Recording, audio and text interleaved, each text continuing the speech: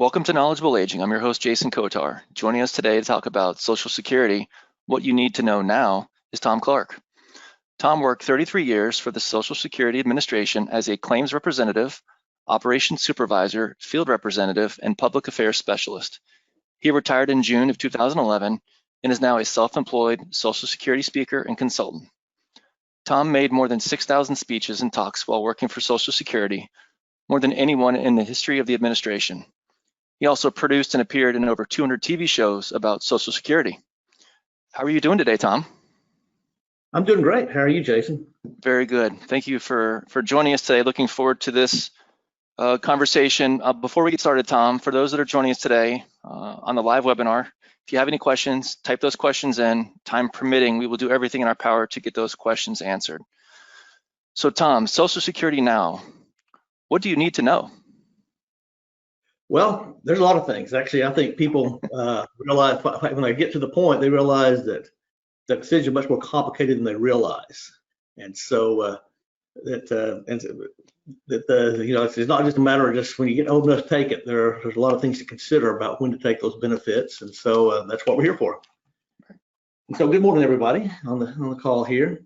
And I want you to repeat what Jason said. Feel free to ask those questions. As you've heard, I've done more than 6,000 presentations. So I used to tell people they would not ask me anything I hadn't heard before, but I don't do that anymore because I found some people think that's a challenge. But do feel free to ask your questions. You're probably not going to ask me anything I haven't heard before anyway. and we'll concentrate on the retirement part of Social Security, of course, but I want to very briefly talk about the other parts of the program. Because everybody thinks about Social Security, as a retirement program, but actually, based on my experience of 33 years working there, I think the retirement benefits are the least important part of Social Security. They also pay survivors benefits and disability benefits. And most people are aware, but most people don't know how important those benefits are. But the biggest reason they're more important than retirement benefits is actually human nature, because we do look forward to retirement. We make plans for retirement, but we're not very good at making plans for becoming disabled or dying at a young age. But that happens far more often than you realize. Actually, one out of three workers will either die or become so disabled they can't do any type of work at all before they reach retirement age. The great majority of those 1 out of 3 don't die before retirement age, which is the good news. But they become disabled before that age, which is much, much more expensive, which is the bad news. On those survivors' benefits, if a parent should die that's worked and paid into Social Security, they'll pay a check to each child up to age 18 or up to 19 if they're still unmarried and a full-time high school student. Also part of survivors' benefits is widows' benefits, but those tie in more with retirement, so I'll delay and talk about those in more detail in a few minutes. And then disability, in my opinion, the most important part of Social Security, because becoming disabled is the most expensive thing a person can do in their lifetime. For disability only, a person has to have worked recently. For retirement benefits, a person has to have worked for 40 credits, which is 10 years of work. That could have been a long time ago. They've got their 40 credits. They qualify for retirement benefits when they reach that age. But for disability only, a person has to have worked recently. And the basic rule is that a person has to have worked and paid into Social Security for 5 out of the 10 years before they became disabled. They become disabled at a young age, before age 31, it could be less work. And then there's a special disability program for widows. As you'll hear in a little bit, they normally have to be 60 to widows or widowers to draw benefits on the deceased spouse record, but as early as age 50 if they're disabled. And disabled little children, if a child became disabled before age 22 and remains disabled and unmarried from that point until one of the parents either dies or starts drawing Social Security, at that point they can receive a benefit on that parent's record as if they were under age 18. But I think you probably came for retirement benefits. Now, actually, when we're talking about Social Security, that term, retirement benefits, is not a general term that has a specific meaning. Retirement benefits at Social Security means a benefit we can receive based on our own work at a certain age, which is 62. So we have to be at least 62 to receive retirement benefits from Social Security. Excuse me. At 62, those benefits are reduced a little bit for each month we are younger than our full retirement age. As you can see on the chart, full retirement age has gradually gone up to age 67. Back in 1983 is when this law was passed. And it was passed because we were living longer. As we started living longer, they raised full retirement age. But no matter what your full retirement age is, if you're retired when you turn 62, you can start drawing reduced benefits then. So 62 has not changed for reduced benefits. To give you an idea about why Congress did raise that full retirement age, a few years ago, back when I was still working at Social Security, I was in Baltimore at the headquarters for a meeting. The actuaries of Social Security came to speak to us at this meeting. They told us that of the people born 1960 and later, who have 67 for their full retirement age, they think there's a good chance to live an average of close to 30 years after they start receiving Social Security retirement benefits, an average of close to 30 years. And for the last 12 years or so, the fastest growing part of the population by percentage has been the people over 100 years old. So anyway, that's why Congress did raise that full retirement age. But no matter what yours is, if you are retired when you turn 62, you can start reduced benefits then. The question is, should you? Well, of course, it's each individual's decision, but I'll give you the information you need to make an informed decision. Now, first of all, it's a month-by-month reduction if you take that benefit before your full retirement age.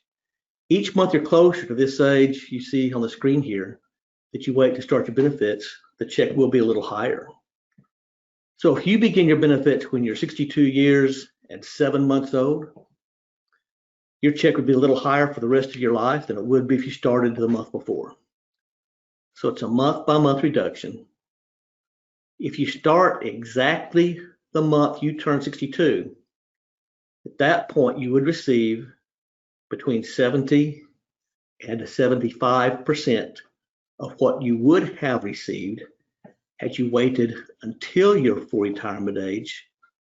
The exact percentage you'd get if you start exactly the month you turn 62 depends on where you fall on this chart, what your full retirement age is. So if you are retired at 62, you can receive those checks. You have a decision. Should you take those reduced benefits? Should you pass them up and wait and draw your full benefit at your full retirement age? Well, if you are retired at 62, so you can draw those checks, you decide, no, I'm going to pass those checks up and wait till my full retirement age. By waiting, you would have a bigger check each month for the rest of your life, but you would have passed up all those checks you could have received in exchange for that higher monthly check. With that higher check you get by waiting, it would take you about 12 years receiving that higher check to recover the money you passed up by waiting. So in other words, you take the reduced benefit, you're ahead 12 years past your full retirement age. That's a break-even point. Now, I know 12 years sounds like a long time, but when you're making that decision, keep in mind that only about half as long as the average person who starts today will draw those checks. It's a much different world. Think about it. When our grandparents were 70, they were really, really old at that age, weren't they? Now, when somebody dies in their 70s, we think they died young. It's a much different world. The reason it pays most people to wait as long as possible to start drawing those checks is because when people start living longer, insurance companies can just change their tables anytime they choose, which they've done. That's why life insurance costs less now than it used to. We're living longer. Social Security tables are based in law. It takes an act of Congress to change them, which they haven't really touched other than raising full retirement age a little bit. and were living longer than they thought we were going to when they did that already. What that means is basically, Social Security started paying reduced benefits in 1958. So what that means is, it's basically the reduction for taking the benefit early is based on how long 65-year-olds lived in 1958. We're living a lot longer now. That's why it pays most people to wait as long as possible to start those checks. But most people, we are who we are, so our decision to make. Now, people do ask me all the time, they say, when's the best time for me to start taking those checks? Wanting me to make that decision for them. Thought about this a whole lot. I can still only come up with one way to answer that question. And that is, tell me the date you're going to die, and I'll take those checks. That's the only answer I've got for that. But my crystal ball doesn't work that well to make that kind of decision with somebody. But maybe you've got some kind of inside information. If you do have some inside information, and you know you like some people I used to visit back when I worked at Social Security, you might want to wait and take that full benefit at your full retirement age. Social Security is a special project every couple of years. In this project, they go out and visit all the people over 100 years old who are receiving Social Security benefits. You might not think that would be a very big project, but remember, it is the fastest growing part of the population. There's a purpose behind this project. This is a security audit. The reason they go see all the people over 100 in person is so they can verify that they are still alive, that they haven't died and somebody hid that fact and kept cashing their checks. They don't figure it out. We don't tell them when we go figure them out. Social Security doesn't tell them. That's why they're out there talking to them. But I found a lot figured out on their own when we do this project. And I worked in the Dallas-Fort Worth area. I used to help a lot of the local offices in that area when I worked for Social Security with that project because they needed help with it. There are so many people over 100. A few years ago, Social Security changed the project. They can no longer go visit all the people over 100 each time. There's way too many. So now when they go do that project, they just visit the ones they haven't seen yet. The ones who have turned 100 since the last time they did the project. Because in the Dallas-Fort Worth area, just in this year alone, this calendar year alone, more than 800 people will turn 100. That doesn't count the ones already over 100 January 1st. That's 800 more turn 100 just in that area in this 1 year. Wow. And not only are there a lot more of them, they're a lot healthier group than they used to be. Of those 800 plus people that are turning 100 in the DFW area this year, the great majority are not in a nursing home. Most of them still live out in the community. Quite a few of them still live in their own homes, all by themselves, taking care of themselves. And I really do mean taking care of themselves. I've seen a few of these people actually more in their lawns than 100 years old when I drove up to their house. Wow. 1 year, I had to go to a person's job site to find him. He was still working at 100. Let me talk about one lady people always find amusing. I went to see her quite a few years ago. This is a long time back when I was working at Social Security, plus when they were visiting all the people every time that were over 100. This lady was 103 years old when I went to see her. She lived in her own home all by herself on the west side of Fort Worth, which is an older part of town. Great shape physically, really sharp mentally. As we were talking to her that day, she got curious. She said, well, who's the oldest person you have on your list? We looked, we said, well, the oldest person in this area is the lady right here in Fort Worth that's 108 years old. Well, this 103-year-old's reaction to that was 108. Wow, now that's old. So if you're going to be like her or that 108-year-old, wait till retirement, you money ahead. Or even wait longer. Once a person reaches this full retirement age on this chart here, there's no limit on their earnings. When somebody is younger than this age, there's a limit how much they can make from work without affecting their benefits. But once they reach their full retirement age, they can keep on working full time, receive their full benefits. But even then, some people don't take their checks in. Some people even wait till 70 to start those retirement benefits. Now, why would they do that? Because of something called delayed retirement credits. For each month from your full retirement age, the age on this chart, until age 70, that you don't take a retirement benefit from Social Security. When you do take that check, they'll add something extra called a delayed retirement credit. It's added for each month you wait. Over 12 months, though, it totals 8%. So if you're for retirement at 66 and you don't take those benefits until 70, 4 years later, your check would be 32% higher for the rest of your life. 8% for each of those 4 years. But don't wait past 70 because they quit adding extra credits at 70. Also, those delayed retirement credits only apply to retirement benefits, which are benefits based on our own work. Delaying a spouse's or widow's benefit past that age would not increase those. Do not say the husband was the higher wage earner, he waited until 70. So he got those delayed retirement credits and he passed away first. The widow does get his higher benefit he got by waiting, but it wouldn't pay her to wait past her own full retirement to start taking that benefit. She gets the full amount she's due at her own full retirement age. Social Security also pays spouse's benefits. You can draw benefits on your spouse's record as early as age 62. You also have to not be entitled to more based on your own work. If your spouse is living, you have to take your own Social Security first. There's one exception we'll talk about in just a little bit. But in general, if your spouse is living, you always have to take your own Social Security first.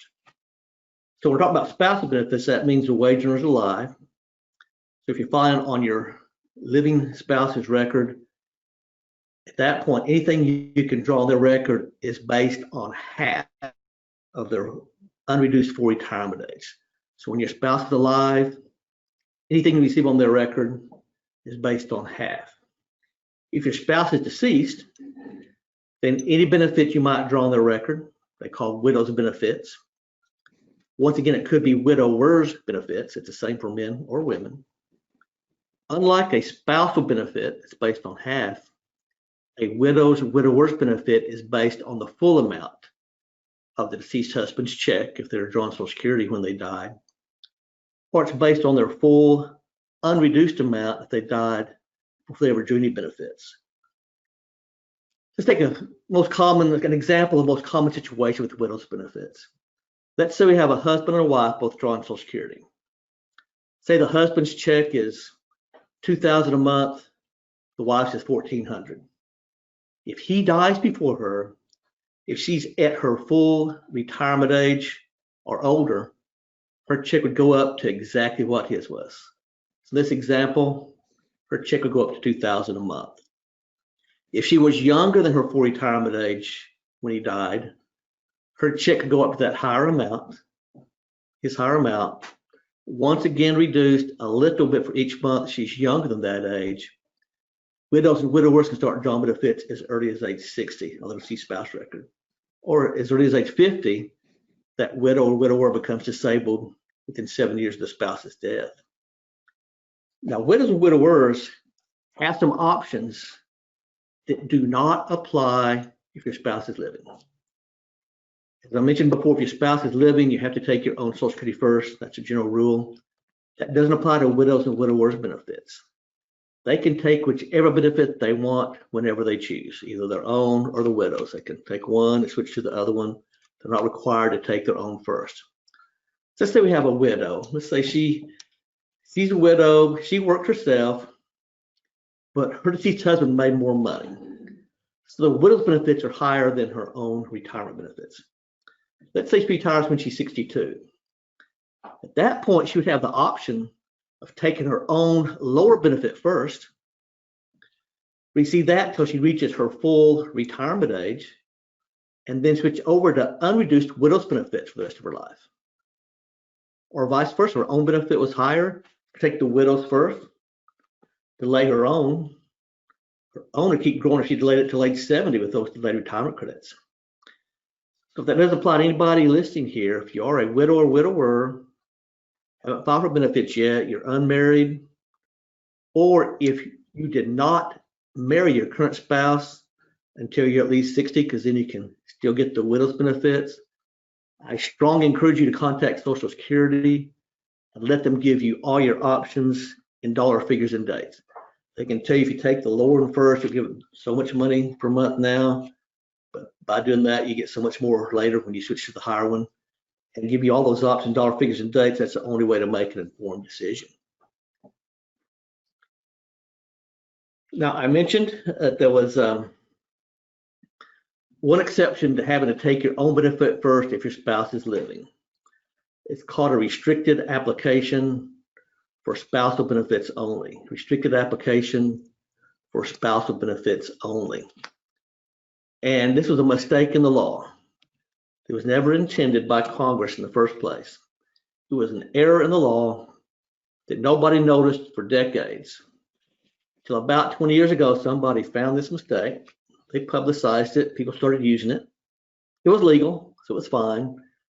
But since it was not intended by Congress, they did away with it 5 years ago, but they grandfathered some people in. So if you were 62 or older by the end of 2015, then listen up, you're grandfathered into the restricted application. What this allows people to do is to file for a lower spousal benefit and then delay and let theirs keep growing. So you don't have to take your own first, in other words, like you do normally if your spouse is living. So if you're grandfathered in, then if you're 62 or older by the end of 2015, if you wait until your full retirement age to file for benefits, you have to do that too, which would be 66 for anybody grandfathered in. If you're grandfathered in, you wait till you're age 66 or older to file for benefits. And if your spouse is drawing their own benefits. So all three have to apply. You had to be 62 or older by the end of 2015. You have to wait till 66 or older to file for benefits. And your spouse has to be drawing their own benefits. If those apply, then you can say, I don't want to file for my own higher benefit. I'll take a lower benefit based on half of my spouse's record. Why would somebody take a lower benefit? Because by delaying their own, they can get that 8% a year delayed retirement credits, wait until 70, it's over their own maximized check. It's like free money. Let's take an example. Could be the wife too, it works for either one. But let's just say the husband's reaching 66 right now. He's 66, hasn't filed for his benefits. Let's say his own benefit at this point is $2,000 a month. Now, if he wanted to, he could receive that $2,000 no matter what. He's full retirement age. There's no limit on his earnings. He doesn't want to, though. He wants to wait till 70 to maximize that check. Now, his wife has to be drawing her benefits. So he waited until 66. She's drawing her own benefits. He can say, I don't want to file for that $2,000. I don't want to file for my own higher benefit. I'll file that restricted application for spousal benefits on my wife's record. He receives a benefit equal to half of her full retirement age amount. Her check's the same. Her check's not affected. It's the same whether he does this or not. It's free money. He receives a benefit equal to half her full retirement age amount from 66 to 70. Then he switches over to his own. It's now 32% more. So instead of that $2,000 he got out at 66, it's now $2,640 for the rest of his life. If she passes away first, his widow gets that $2,640 for the rest of her life. Those extra credits got by waiting until 70 go to the widow's benefit. So for retirement, he didn't file for his own benefit, filed for spousal only through that check while letting his go at 8% a year.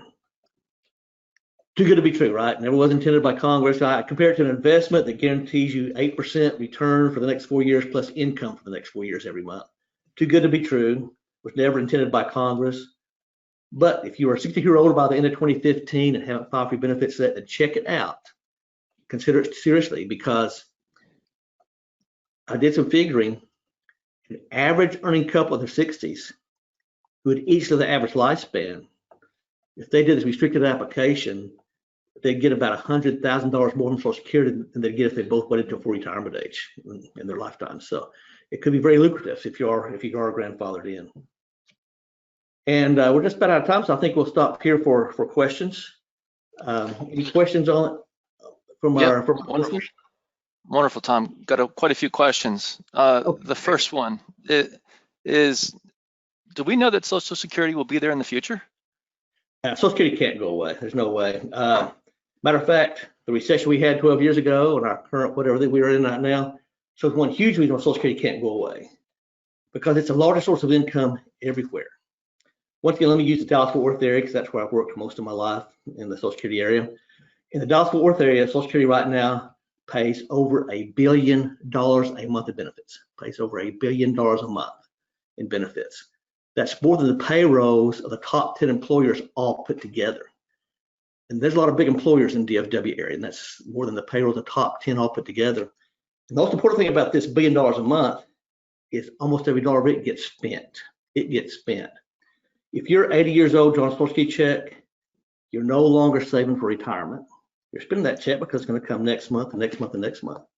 And so when the economy slows down for any reason, such as right now, that $1 billion a month getting spent in the DFW area is keeping a lot of those stores, restaurants open. Can you imagine how many more would have shut down in 2008, 2009, or this year, had that $1 billion a month not still getting be spent? So I tell people I wish that Social Security money is a different color, so everybody would see how much of their paycheck comes from Social Security, basically, so that people realize how much everybody depends on it. So for just economically, it can't go away, and just for the human cost to be tremendous, because most people draw on Social Security, it's well over half their income. So the checks didn't go out next month. Just in the DFW area, once again, there'd be another 250,000 people without any money to pay rent, pay their electric bill, buy food. Now, they wouldn't all become homeless because they'd move in with you, of course, but that's another huge reason why it can't go away. And it's not a huge problem. Social Security's got almost $3 trillion extra money in their trust funds right now. And if we were dying as young as they thought we were going to as baby boomers, that'd be plenty. We're living longer than they thought, so they need to make some adjustments. But it's not really, financially, it's not that huge a problem. But there's no way it can go away. So many people's paychecks depend on that money getting spent, for one thing. Gotcha. Tom, what would you say the biggest mistake that people make with regards to Social Security? I really think the biggest mistake is they take it too soon. They don't realize how long they're going to live. Since pensions have disappeared for most people, I mean, no longer have pensions.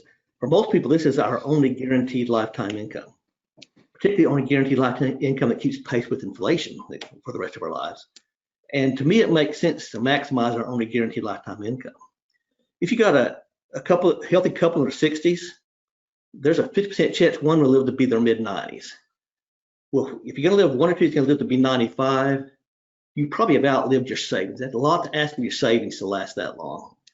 If you outlive your savings, it'd be nice to have a $3,000 check coming in instead of a $2,000 check coming in at that point. Or if you had that higher check coming in all that other time, you might not outlive your savings. So I think the biggest mistake in general is people take it too early. Now, as far as a couple is concerned, I kind of like the idea of the higher earning one, the one with a bigger check, waiting till 70 if they can afford it, wait till 70 to take theirs, and the lower earning one just take it as early as possible. I see a lot of value in maximizing the highest check. I don't see a lot of value though in maximizing both checks, because once the first one passes away, survivor is going to draw that higher check no matter what. So, if the husband's check is $3,000 a month, the wife's is $1,500. Once one passes away, survivor's drawing $3,000 a month. So it would make sense for him to wait till 70, but I don't see why she should have waited any longer than possible than when she could draw her checks, because why maximize both checks? So I do like the idea, particularly of the higher one, to wait as long as possible. I want to talk about COVID, Tom. How has it affected people's ability to interact with the Social Security Administration? Well, of course, Social Security offices are not open, because talk about a super spreader. I mean, it's not unusual when times are normal for a big city office to have over 1,000 people pass their doors every single day. They simply can't be open. It's not possible. They're all working. They're working from home, but I'm sure it's not as efficient as if they were all at their office. The 800 number was really overloaded before COVID, so you can imagine what it's like now. So if you do need to contact Social Security, if you need to call them, I'll give you a little hint here. What you want to do is talk to them when everybody else isn't trying to call them. So the best time to call Social Security's 800 number is between 7 and 9 a.m. Tuesday through Friday. Don't even try on Monday if you can help it. The rest of the week, between 7 and 9 a.m. is the very best time to try. I'm not going to say you won't be on hold then, but you'll be on hold for a lot less time than you would trying to call in the middle of the day. Uh, And also, you know, if you get called back from Social Security, it doesn't look like a government number. It may not be because they're all working from home. So they're using their cell phones, you know. All right. Regarding publications, so obviously you've been a great benefit for all these many years for the Social Security Administration, even now with all the work that you're doing. Is there a places for people to go and actually read maybe at their leisure to learn more about Social Security? Well, Social Security's website is probably the best for that, actually. You've got to be very careful. Maybe it's about every subject, but I happen to know Social Security. There's so much misinformation about Social Security, so much misinformation out there. And so, just like anything else, when you read online, you need to be very careful of your sources and make sure you read what you're reading is correct. And so, I'm not saying you shouldn't read what somebody else says about it, but you might want to verify the accuracy by going to Social Security's website when you do that. I used kid groups because they'd ask me all this misinformation, questions about all this misinformation. I'd tell you, anything that your friends, your neighbor, your coworkers told you about Social Security, unless they worked there, they told you wrong. There's really not many exceptions to that. There's so much misinformation about the program. Got it. Well, thank you, Tom. This has been really very interesting stuff. As you know, Social Security can be a bit confusing for people. How can people find you if they want to reach out with some questions? Okay, my email address is the easiest way probably. My email address is just spelled out, Social Security Tom, my name, Social Security Tom @gmail.com. Very good.